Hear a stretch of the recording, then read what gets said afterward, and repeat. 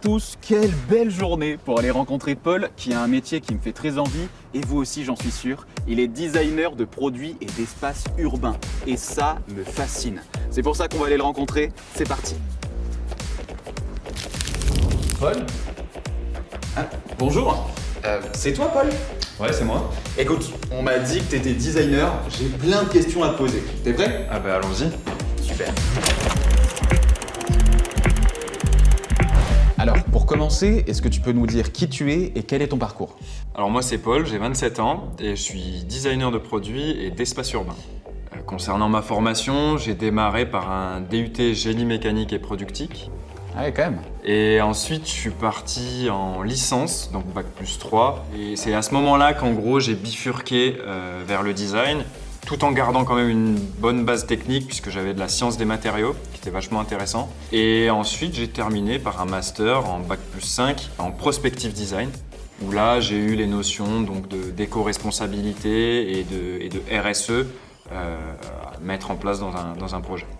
Waouh, bah en tout cas ça claque, vraiment. Et est-ce que tu pourrais nous raconter c'est quoi ton quotidien ? Je dirais qu'il y a deux parties distinctes. Il y a d'un côté le développement d'équipements ludiques ou sportifs et de l'autre il y a le développement d'espaces, donc d'aménagement urbain.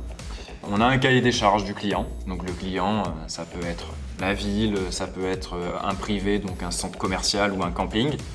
Et nous on doit lui proposer un aménagement clé en main. On va commencer par des esquisses, ensuite on va partir sur un plan et s'il y a besoin, on fait également de la modélisation 3D avec des rendus virtuels et l'objectif c'est de donner envie en gros aux clients et c'est de transmettre l'idée qu'on a dans la tête du mieux qu'on peut. Ça a l'air incroyable. Et puis la manière dont t'en parles, on dirait vraiment que t'es passionné par ton boulot. Ouais, ça me plaît bien, je t'avoue. J'ai une question assez précise, c'est est-ce que t'as déjà vu un de tes projets en vrai ? Ça doit être une sensation folle. Ouais, il y a un sentiment de fierté qui est là, ça c'est clair. Et puis surtout, quand il s'agit d'espaces sportifs, c'est des projets qui sont à grande échelle. Il y a des terrains multisports, terrains de basket, il y a des espaces de fitness, de street workout. C'est toujours plaisant de voir ce qu'on avait dans la tête en vrai. Tu m'étonnes, ça doit être un vrai plaisir. Maintenant, est-ce que tu peux me donner des qualités pour faire ton job ? Je dirais tout d'abord qu'il faut être créatif. Ensuite, il faut avoir une bonne notion d'analyse des besoins et des usages. Et je dirais qu'enfin, il faut être organisé. Et j'ai un dernier petit défi pour toi. Si tu devais me donner 3 bonnes raisons pour me convaincre de devenir designer de produits et d'espaces urbains, ce seraient lesquelles ? Je dirais la première parce que c'est un métier qui a du sens. Et je pense que c'est important de faire déjà quelque chose qui a du sens aujourd'hui.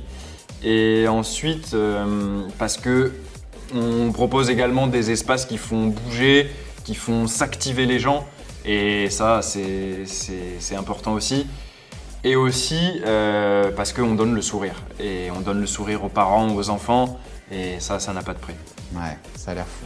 Vraiment, enfin moi tu m'as convaincu, je signe dès demain s'il faut. Bon, mais tant mieux. En tout cas, merci beaucoup Paul, parce que tu expliques vraiment bien ton travail et je pense que tu as donné envie à beaucoup de jeunes de s'y intéresser et ça c'est incroyable. Avec plaisir. Bon allez, moi je file à la découverte de nouveaux métiers tout aussi passionnants. Vous me suivez ? Ah oui, et avant que j'oublie, rendez-vous sur ameublement.com pour en savoir plus sur tous les métiers de l'ameublement. Allez, ciao !